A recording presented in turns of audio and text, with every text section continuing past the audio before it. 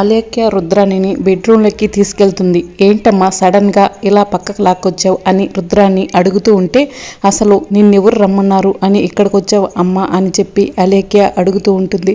అయినా ఆ అవని వ్రతం చేసుకుంటే చక్కగా నువ్వు కూడా ముత్తైదులా ఎంత చక్కగా వాళ్ళ పక్కన కూర్చున్నవే, సిగ్గుగా లేదా అని వ్రతం జరుగుతుంటే ఆపాల్సింది పోయి అలా ఎలా కూర్చున్నావు అని రుద్రాణి అడుగుతూ ఉంటే, నేను నిహారిక కలిసి ప్లాన్ చేశామమ్మా, నువ్వు వచ్చి ఆ ప్లాన్ మధ్యలో పాడు చేశావు. లేకపోతే ఈ పాటికి తిట్లన్నీ కూడా అవనికి పడేవి. నువ్వు రావటం వల్ల ఆ తిట్లన్నీ నేను పడాల్సి వచ్చింది అని చెప్పి అలేఖ్య చెబుతూ ఉంటుంది. అయినా ఇక్కడ జరుగుతున్నదంతా నీకు ఫోన్ చేసి చెప్పలేదు కదా, నీకెలా తెలిసింది, నువ్వెలా వచ్చావు అని చెప్పి అలేఖ్య అడుగుతూ ఉంటే, ఎలా వచ్చానా, రాత్రి నిహారిక ఫోన్ చేసి జరిగిన విషయం అంతా కూడా చెప్పింది, అందుకే వచ్చాను అని చెప్పి రుద్రాణి చెప్తూ ఉంటే, నిహారిక ఫోన్ చేసిందా, ఎందుకే అంతలా షాక్ అయ్యావో అని రుద్రాణి అడుగుతూ ఉంటే, నిహారిక నేను కలిసే ప్లాన్ చేసావమ్మా, నిన్ను రమ్మని నిహారికి ఎందుకు ఫోన్ చేసింది అని చెప్పి అలేఖ్య అంటూ ఉంటే, ఏంటి రుద్రాణి గారు కరెక్ట్ టైంకి వచ్చి ప్లాన్ మొత్తం అప్సెట్ చేశారు అని చెప్పి నిహారిక అడుగుతుంది. రుద్రాణి లాగపెట్టి నిహారిక చెంప మీద ఒక్కటిస్తుంది. ఏంటండి అలా కొట్టారు అని నిహారిక అడగటంతో, నా కూతురికి చెత్త సలహాలు ఇచ్చింది కాకుండా మళ్ళీ వ్రతం చెడగొట్టమని నాకే ఫోన్ చేసి చెప్తావా అని చెప్పి రుద్రాణి అనడంతో, నేను ఫోన్ చేశానా, నేను చేయలేదండి అని చెప్పి నిహారిక అంటూ ఉంటే, రాత్రి నువ్వు కాదు ఫోన్ చేసింది, ఇంకొకసారి నా కూతురికి ఇలాంటి సచ్చు సలహాలు ఇవ్వకో అని రుద్రాణి కోపంగా అక్కడి నుంచి వెళ్ళిపోతుంది. ఏంటి నిహారిక నాకే వెన్నుపోటు పొడుస్తావా, నన్ను నమ్మించి మోసం చేస్తావా అని చెప్పి అలేఖ్య అడుగుతూ ఉంటే, అంత పెద్ద పెద్ద మాటలు మాట్లాడట్లే కానీ నేనే కష్టపడి ప్లాన్ చేసి నా ప్లాన్ని నేనే ఫెయిల్ చేసుకుంటానా అని చెప్పి నిహారిక అడుగుతూ ఉంటుంది. మరి మా అమ్మకు ఎవరు ఫోన్ చేశారు, వ్రతానికి రమ్మని ఎవరు చెప్పుంటారు అని చెప్పి అలేఖ్య నిహారిక ఇద్దరూ ఆలోచిస్తూ ఉంటారు. అప్పుడే అవని వచ్చి హలో విలన్స్ అని చెప్పి అంటుంది. రుద్రాణి గారికి ఎలా తెలిసిందా అని ఆలోచిస్తున్నారా, ఒక్కసారి ఒక ప్లాస్ కట్ వేసుకోండి అని చెప్పి అవని అంటుంది. అవని రుద్రానికి ఫోన్ చేసి నిహారిక లాగా మాట్లాడుతూ ఉంటుంది.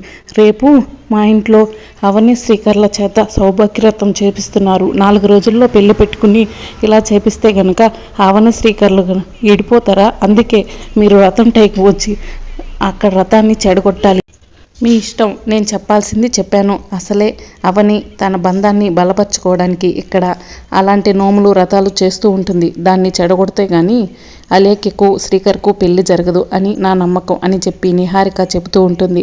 థ్యాంక్స్ అమ్మా నిహారిక, నువ్వు మాకు ఇంతలా హెల్ప్ చేస్తున్నందుకు అని చెప్పి రుద్రాణి అంటుంది. ఇదంతా కూడా నిహారిక అలేఖ్యలకు అవని చెబుతూ ఉంటుంది. ఎలా ఉంది నా ప్లాన్ అని చెప్పి అవని అడుగుతుంది. అసలు నాకు రుద్రానికి ఫోన్ చేయాలని ఎందుకు అనిపించిందో తెలుసా, మీరిద్దరూ కలిసి ఏదో ప్లాన్ చేస్తున్నారని నాకు అర్థమైంది, అందుకే మీ ప్లాన్ను తిప్పికొట్టడానికి రుద్రానికి ఫోన్ చేశాను, వ్రతం చెడగొట్టాను, వ్రతం చెడిపోతే నాకే నష్టమని ఆలోచించలేదు. ఎందుకో తెలుసా, అమ్మవారు ఎప్పుడైనా సరే మంచి వైపే నిలిచి ఉంటుంది, అమ్మవారు నన్ను నా భావని దీవించేసింది, అందుకే అమ్మవారు దయ నాపైనే ఉంటుంది అని చెప్పి నాకు తెలుసు, అందుకే రథం చెడిపోయినా పర్వాలేదు అనుకున్నాను అని చెప్పి అవని అంటుంది. అలేఖ్య, నిన్ను మొదటిసారిగా చూసినప్పుడు నా బావ కోసం అన్ని సంవత్సరాలు ఎదురు చూసావని నీపైన గౌరవం ఉంది, కానీ నువ్వు ఎప్పుడైతే ఈ ఇంటికి వచ్చి నిహారికతో చేతులు కలిపావో, చేయకూడని పనులు చేస్తున్నావో అప్పుడే నువ్వంటే అసహ్యం మొదలైంది, నీకు ఎప్పటికీ కూడా నా బావని దక్కనివ్వను అని అవని అంటూ ఉంటుంది.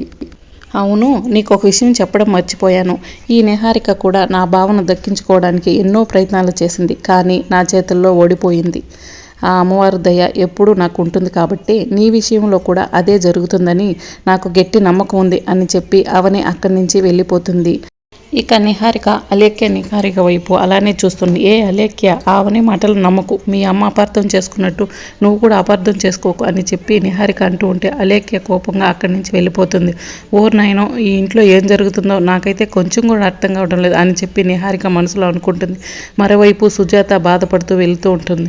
అక్క ఏంటక్క ఆలోచిస్తూ వెళ్ళిపోతున్నావు అని చెప్పి అవని అడుగుతుంటే, ఏముంది, నువ్వు శ్రీకర్ సంతోషంగా ఉండాలని చెప్పి సౌభాగ్యరథం చేపిస్తే సడన్గా వాయనాల్లో నుంచి మంటలు రావడం ఏంటి, నాకు అర్థం కావడం లేదు అని సుజాత చెబుతుంది. ఆ రుద్రాన్ని వచ్చి అలేఖ్య చేత వాయినాన్ని ఇప్పించింది కదక్క. అమ్మవారు ఆగ్రహానికి గురై అందుకే మంటలు వచ్చాయేమో అని చెప్పి అవని చెబుతూ ఉంటే, నాకు కూడా అలాగే అనిపిస్తుందమ్మా అని వేదవతి చెబుతుంది. అవనికి నువ్వు ఎలా సపోర్ట్గా ఉన్నావో నేను కూడా అవనికి సపోర్ట్గా ఉంటాను. మనం ఎవరు సపోర్ట్ ఉన్నా కూడా అవని తప్పకుండా శ్రీకర్ని దక్కించుకుంటుంది. ఆ నమ్మకం నాకుంది అని చెప్పి వేదవతి అంటుంది.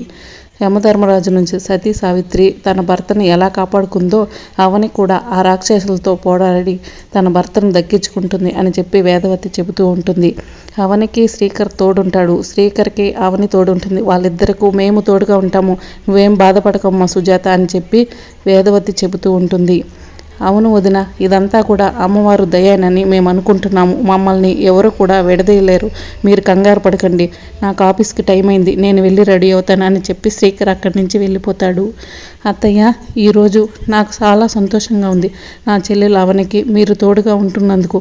ఇన్ని రోజులు ఈ ఇంట్లో నా చెల్లెలకి తోడుగా శ్రీకర్ మాత్రమే ఉంటాడనుకున్నాను. అలాంటిది నా చెల్లెలకి మీరు తోడుగా ఉంటారని నాకు తెలిసింది. అందుకే మిమ్మల్ని మొదటిసారిగా అత్తయ్య పిలవాలని అనిపించింది. నా చెల్లెల్ని ఈ పెళ్ళి ఆగేంత వరకు నా చెల్లికి మీరే తోడుగా ఉండి చూసుకుంటూ ఉండండి అత్తయ్య. అవని నీకంతా మంచే జరుగుతుంది అని చెప్పి వేదవతి అవని చేతుల్లో కలిపి అక్కడి నుంచి సుజాత వెళ్ళిపోతుంది. ఇక అవని వేదవతి కళ్ళల్లోకి చూసి బాధపడుతూ ఉంటుంది. మరోవైపు అవని ఒంటరిగా కూర్చొని ఆలోచిస్తూ ఉంటుంది.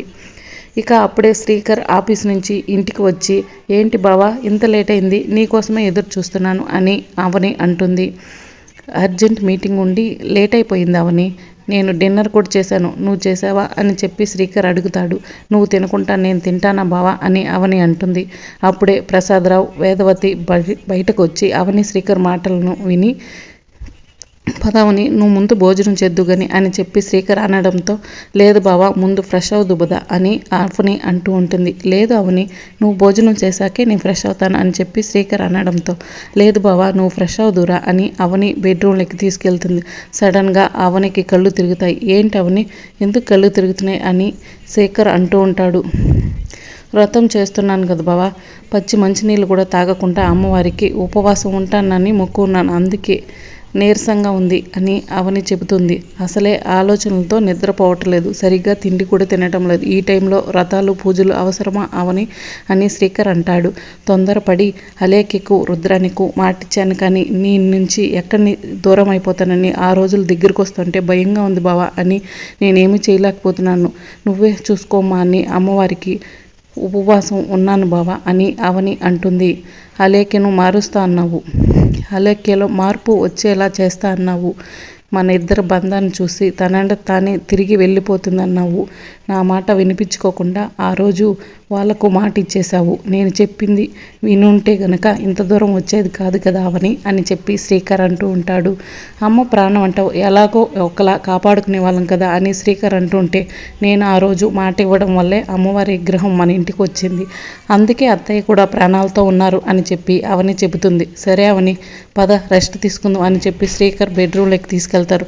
పడుకోవని అని చెప్పి అవనిని పడుకోబెడతాడు. ఇక మరోవైపు వేదవతి బెడ్రూమ్లోకి వెళ్ళి ప్రసాదరావుతో ఇలా చెబుతుంది. అవనికి ఓర్పు ఉంది, సహనం ఉంది, త్యాగం చేసే గుణం ఉంది. అలాంటి అమ్మాయి ఎక్కడ ఒక దగ్గర మాత్రమే ఉంటుందండి అని, అవని ఎక్కడ ఉన్నా కూడా సంతోషంగా ఉండాలి, అలాంటి అమ్మాయిలు ఎక్కడ ఉంటారు కానీ పాపం అవని ఎందుకండి మన ఇంట్లో సంతోషంగా లేదు అని చెప్పి వేదవతి బాధపడుతూ ఉంటుంది. అవనికి సపోర్ట్గా ఉండగలుగుతున్నాం కానీ ఏమీ చేయలేకపోతున్నాం వేద. నా చెల్లెలు నా బావ చనిపోయిన తర్వాత నా మేనకోడలిద్దరూ చాలా రోజులు మనకు దూరంగా ఉన్నారు. ఇప్పుడు నా మేనకోడలిద్దరూ దగ్గరికి వచ్చినా సరే మనం మంచిగా చూసుకోలేకపోతున్నాం వేద అని ప్రసాదరావు బాధపడుతూ ఉంటాడు. అర్థం లేని ప్రేమతో పంతంతో భార్యాభర్తలు విడదీయాలనుకుంటుంది. ఆ లేఖ్య అమ్మవారి విగ్రహాన్ని అడ్డం పెట్టుకుని అవని శ్రీకర్ బంధాన్ని విడదీయాలనుకుంటుంది. ఎట్టు పరిస్థితుల్లో వాళ్ళిద్దరూ దూరం కావడానికి వీల్లేదు, అంతా అమ్మవారే చూసుకోవాలి అని ప్రసాదరావు చెప్తూ ఉంటాడు. తప్పులు చేయకూడదు అని స్కూల్లో పువ్వులు కొయ్యొద్దని తోటలో, నియమాలు తప్పరాదు ఆటల్లో, స్వార్థంతో ఏ బంధాలను విడదీయకూడదని మానవ సంబంధాలు రాసుంటే బాగుండేది, అప్పుడైనా అలేఖ్య లాంటి వాళ్ళకు బుద్ధొచ్చేది అని వేదవతి అంటూ ఉంటుంది. అలేఖ్య లాంటి వాళ్ళు నీతి సూత్రాలు పాటించరు వేద అని ప్రసాదరావు అంటూ ఉంటాడు. అవనికి ఎటువంటి అన్యాయం జరగకుండా ఏ ఆపద రాకుండా మనమే చూసుకోవాలి. అదే మనం అవనికి ఇచ్చే గొప్పవరం.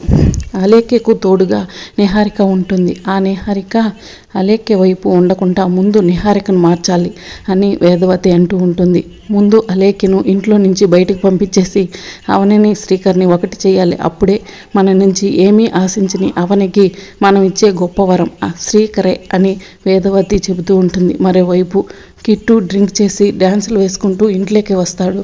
సోఫాలో చూసి షాక్ అవుతాడు. మళ్ళీ రాబోయే ఎపిసోడ్లో ఏం జరుగుతుందో తెలుసుకోవాలంటే మా ఛానల్ని సబ్స్క్రైబ్ చేసుకోండి.